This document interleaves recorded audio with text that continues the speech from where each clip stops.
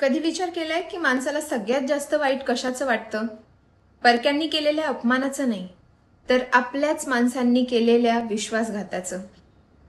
कधी आयुष्यात अशा काही गोष्टी घडतात जिथे आयुष्य संपल्यासारखं वाटायला लागतं, विस्कटल्यासारखं वाटायला लागतं.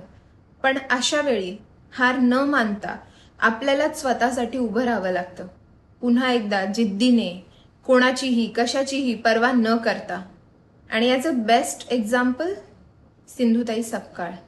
जस्ट इमॅजिन, एक बाई जी प्रेग्नंट आहे, तिच्या पोटात तिच्या नवऱ्याचं बाळ आहे, आणि अशा वेळी दुसऱ्या माणसाच्या बोलण्यावर विश्वास ठेवून तिचा नवरा तिला घराबाहेर काढतो.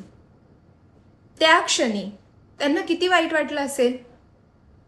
ज्याला मी माझं समजले, ज्याच्यावर विश्वास ठेवून मी संसार सुरू केला, ज्याच्यासोबत आयुष्याची स्वप्न बघितली, नवीन आयुष्याची सुरुवात केली, आज त्यानेच माझ्या स्वप्नांची राख रांगोळी केली. स्वतःच्या बायकोचं ऐकून घेण्याची तसदी सुद्धा घेतली नाही आणि तिसऱ्या माणसाच्या बोलण्यावर विश्वास ठेवला. अशा वेळी कोणतीही स्त्री कोलमडून गेली असती, तुटून गेली असती. पण इथेच काही माणसं वेगळी ठरतात. सिंधुताईंनी हार नाही मानली. त्या रडल्या असतील, त्या तुटल्या असतील, त्यांनी वेदना सहन केल्या असतील, पण त्या थांबल्या नाही. त्या जगल्या. त्यांनी संघर्ष केला आणि पुढे तीच चिंधी हजारो अनाथांची माई बनली, सिंधुताई बनली. आयुष्य प्रत्येकाची परीक्षा घेतं, कोणाची लवकर, कोणाची थोड्या उशिरा.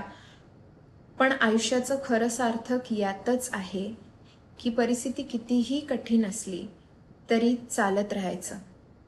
कधी एकटं, कधी कोणाच्या सोबत, कधी योग्य दिशेने, तर कधी दिशाहीन.